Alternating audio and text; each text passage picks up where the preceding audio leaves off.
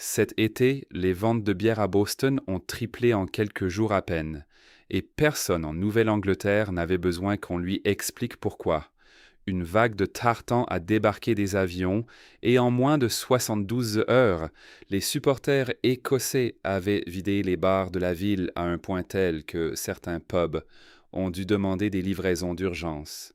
Ce détail, aussi drôle soit-il, n'est pourtant que le plus petit signe d'un phénomène bien plus vaste en train de se produire aux États-Unis. Des millions d'Européens arrivent cet été sur le sol américain pour la Coupe du Monde, et ce qui arrive à leurs attentes une fois sur place ressemble à un retournement total. Oubliez tout ce que vous croyez savoir des titres sombres, de l'impolitesse ou de la violence. Autre chose est en train de se jouer. Une onde émotionnelle traverse tout un continent, tandis que des voyageurs nourris pendant des années par une couverture médiatique sceptique de l'Amérique se retrouvent à Yellowstone, à Boston, ou dans un stade plein à craquer, et admettent en silence qu'ils s'étaient trompés. Ceci n'est pas une brochure touristique, c'est ce qui se passe quand le mythe se heurte au réel et que le réel l'emporte. Commençons par le Grand Canyon, car c'est souvent là que le choc commence. Les visiteurs racontent qu'au bord du précipice, leurs yeux semblent incapables de comprendre ce qu'ils voient. Ce n'est pas seulement vaste, ce n'est pas seulement profond. C'est un canyon si immense que l'esprit peine à transformer le paysage en quelque chose de familier. Des voyageurs européens, habitués aux parcs soignés et maîtrisés de Paris ou de Londres, disent que rien chez eux ne les avait préparés à une telle échelle brute, intacte. En allant vers l'ouest, en Californie, le choc change complètement de forme. Les séquoias côtiers ne sont pas de simples arbres anciens, mais des monuments vivants debout depuis environ 2200 ans. Ils étaient déjà vieux avant la plupart des événements que les Européens étudient à l'école. Se tenir sous l'un d'eux, disent plusieurs visiteurs, donne soudain aux cathédrales et aux châteaux du vieux continent un air presque récent. La liste des sites naturels qui stupéfient les touristes européens ne cesse de s'allonger. Des randonneurs montent vers des sommets, proches de 2000 mètres, pour apercevoir des lacs glaciaires d'un bleu si intense qu'ils semblent ne retoucher numériquement. À Bryce Canyon, les flèches rocheuses sculptées par le vent ressemblent moins à de la géologie qu'à une œuvre d'art. À Jenny Lake, dans le Wyoming, l'eau est si transparente que les bateaux paraissent pas suspendus dans l'air, chaque pierre du fond étant visible depuis la surface. Et puis il y a l'espace, tout simplement. Yosemite est à lui seul si vaste que 2 semaines de randonnée laisseraient encore de grandes zones inexplorées. Comparez cela à un continent où l'espace personnel et les sentiers silencieux sont presque introuvables. Et l'on comprend pourquoi tant de voyageurs parlent de ces parcs avec des mots comme Éden, paradis ou liberté, bien avant d'avoir mis les pieds dans une ville. Si les paysages submergent le regard, la nourriture, elle, submerge tout le reste. Les visiteurs européens décrivent souvent leur première commande au restaurant comme leur premier vrai choc culturel. Demandez une boisson moyenne dans la plupart des pays d'Europe et l'on vous sert un petit verre. Demandez un format moyen en Amérique et vous recevez presque ce qu'une famille entière boirait chez vous en un mois. Les pancakes arrivent avec la taille de plateau de service. Une seule part de pizza peut être assez grande pour servir de set de table. Des groupes qui commanderaient 2 pizzas en Europe en commandent 7 aux États-Unis. Non par exagération, mais parce que les portions obéissent ici à une autre échelle. Un steak texan standard pèse entre 18 et 20 onces, soit environ 500 à 600 grammes, 2 à 3 fois plus qu'une portion déjà généreuse dans un restaurant européen haut de gamme. Des chefs qui ont bâti leur carrière sur l'idée que le moins vaut mieux se retrouvent face à des ribs de bœuf grands comme de petits os de dinosaures, à du brisket si tendre qu'il se défait comme du beurre, et à des sandwichs au poulet frites que des supporters britanniques en visite ont noté 10 sur 10 devant la caméra, plaisantant à moitié sur le fait que leur propre cuisine nationale se résume parfois à des aliments bouillis avec trop peu de sel. Viennent ensuite les petites obsessions. La sauce ranch devient presque une addiction, des voyageurs se filmant en train d'acheter des bouteilles à faire passer dans leurs valises. Tremper des frites salées dans un milkshake sucré ne devrait pas fonctionner sur le papier, Et pourtant cela marche, au point que des visiteurs avouent être convertis presque aussitôt. Les recharges gratuites de soda, presque inconnues dans la majeure partie de l'Europe, sont accueillies comme un petit miracle chaque fois qu'un serveur remplit le verre sans même qu'on le demande. Voici le paradoxe que personne n'attendait. Beaucoup d'Européens arrivent légèrement sur leur garde après des années de reportages sur la colère et la division en Amérique. Ce qu'ils trouvent au contraire, selon témoignage après témoignage, ressemble à une chaleur humaine presque inlassable. Ici, un inconnu qui sourit et demande comment se passe votre journée ne fait pas seulement la conversation pour meubler. C'est une vraie manière de reconnaître que vous existez. À Washington, les habitants ne se contentent nécessairement pas d'indiquer le chemin. Ils accompagnent parfois des touristes perdus sur plusieurs pâtés de maisons pour s'assurer qu'ils arrivent sans encombre. Dans de petites villes de l'Arizona et de l'Arkansas, des voisins viennent spontanément proposer de l'aide quelques jours après l'arrivée d'un nouvel habitant. Des commerçants offrent parfois des biscuits, de petits souvenirs et une bénédiction sincère à de parfaits inconnus de passage.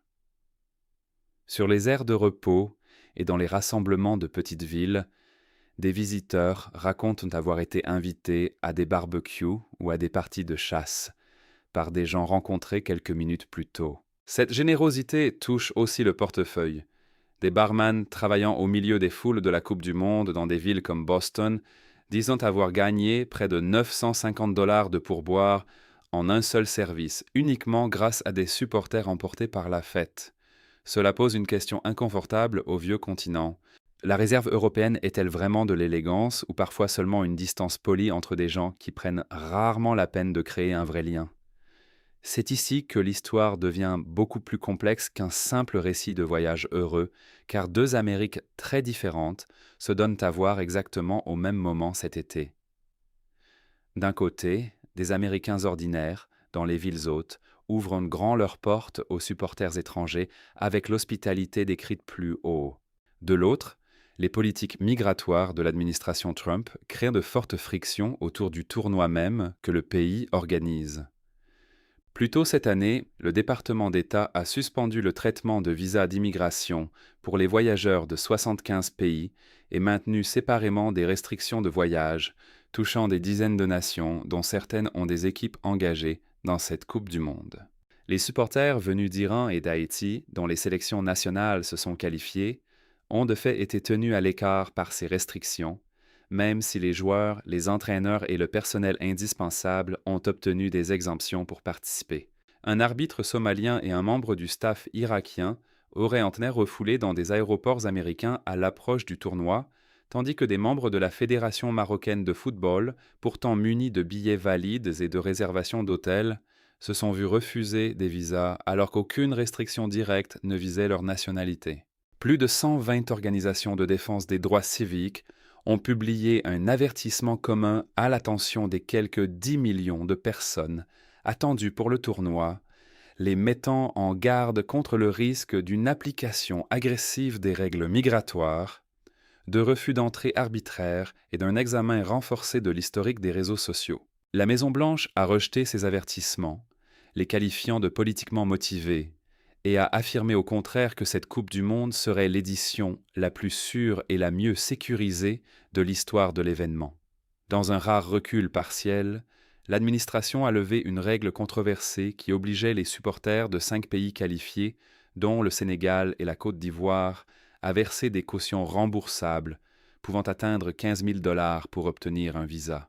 Les avocats spécialisés en immigration ont vite rappelé que la plupart des voyageurs européens ne sont pas concernés, puisque l'immense majorité arrive sans visa grâce au programme d'exemption habituel.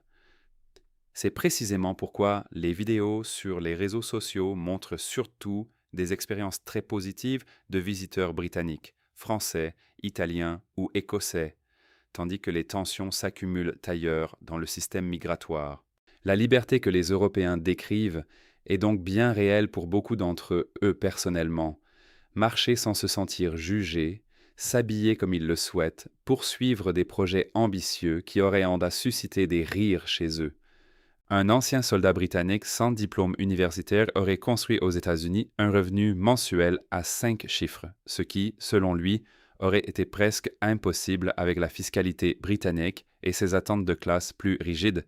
Mais cette même liberté coexiste aujourd'hui avec l'une des poussées de contrôle migratoire les plus restrictives de l'histoire américaine récente, et les deux histoires se déroulent dans les mêmes rues, pendant le même tournoi, au même moment. Puis il y a le tournoi lui-même, devenu la toile de fond de tout cela. Le Sophie Stadium de Los Angeles, construit pour environ 5,5 milliards de dollars, a dû être creusé à près de 30 mètres sous terre afin de ne pas gêner les trajectoires de vol de l'aéroport voisin. À l'intérieur, l'écran géant suspendu est à lui seul plus grand qu'un terrain de football européen réglementaire. Même des enceintes universitaires, comme le Michigan Stadium, écrasent l'atmosphère de certains clubs européens historiques, avec des capacités qui vont souvent de 80 000 à 100 000 spectateurs.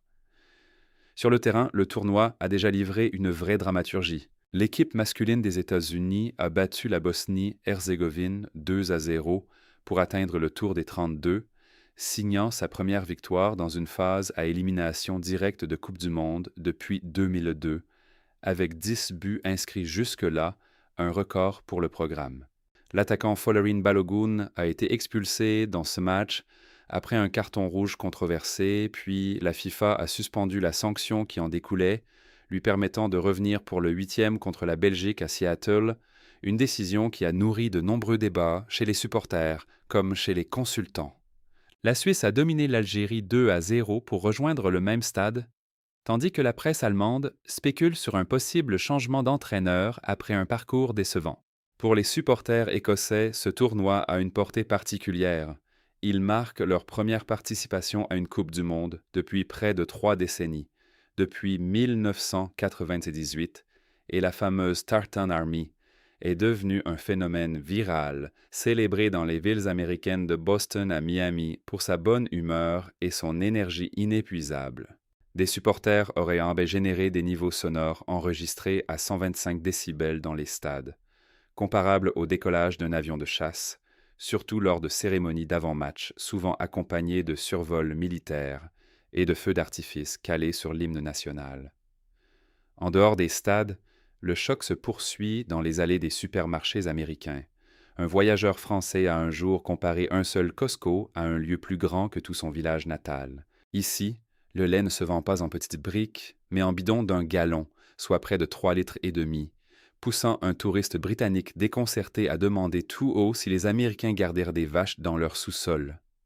Des bocaux de cornichons gros comme une tête humaine côtoient des pizzas surgelées de plus d'1 kilo. Des fusils et des canoës sont vendus quelques rayons plus loin que les couches et le lait infantile. Les médicaments contre les brûlures d'estomac prennent l'apparence de bonbons gélifiés aux couleurs vives. Les parkings s'étendent tellement que des familles s'y perdent parfois et doivent s'appeler pour se retrouver près de la voiture. Et malgré cette abondance, les prix tombent souvent à près de la moitié de ce que les clients paieraient pour des produits équivalents dans une grande partie de l'Europe, grâce à l'échelle, à la concurrence et à une culture commerciale fondée sur le volume plutôt que sur la retenue. Une autre couche revient sans cesse dans les récits de voyageurs, l'étrange impression d'entrer directement dans des scènes qu'ils n'avaient vues qu'à l'écran. Les bus scolaires, jaune vif, passent exactement comme dans les films américains pour adolescents. Les immeubles de briques rouges de Boston portent encore ces escaliers de secours métalliques devenus iconiques après des décennies de séries de télévisées. Les camions de pompiers surgissent comme dans un film d'action, et les policiers aux lunettes de soleil miroir complètent le tableau pour des visiteurs nourris aux séries policières américaines. Les motels de bord de route aux néons clignotants semblent sortis d'un thriller. Les rodéos mettent de vrais cow-boys sur de vrais taureaux, accueillant les visiteurs avec un Audi traînant qu'aucun parc à thème ne pourrait reproduire correctement. Le drapeau américain apparaît partout, des toits de gratte-ciel de Chicago aux vêtements fantaisie vendus dans des supermarchés ordinaires, et sous un coucher de soleil chaud, plus d'un visiteur a dit que tout le pays semblait avoir été étalonné par un chef opérateur hollywoodien. Pour les supporters écossais qui achèvent leur parcours tant attendu en Coupe du Monde, et pour les millions d'autres Européens qui traversent cet été les aéroports américains, le voyage est clairement devenu plus qu'une simple vacance ou qu'un tournoi de football. Il se situe exactement au croisement d'une hospitalité sincère et d'une tension politique réelle, de la gentillesse des petites villes et des coups de filet fédéraux contre l'immigration, de la joie virale et des avertissements discrets d'organisations de défense des droits civiques. Les deux réalités sont vraies en même temps, et cette contradiction est peut-être ce qu'il y a de plus américain. Il serait malhonnête de raconter cette histoire sans reconnaître à quel point le calendrier est étrange.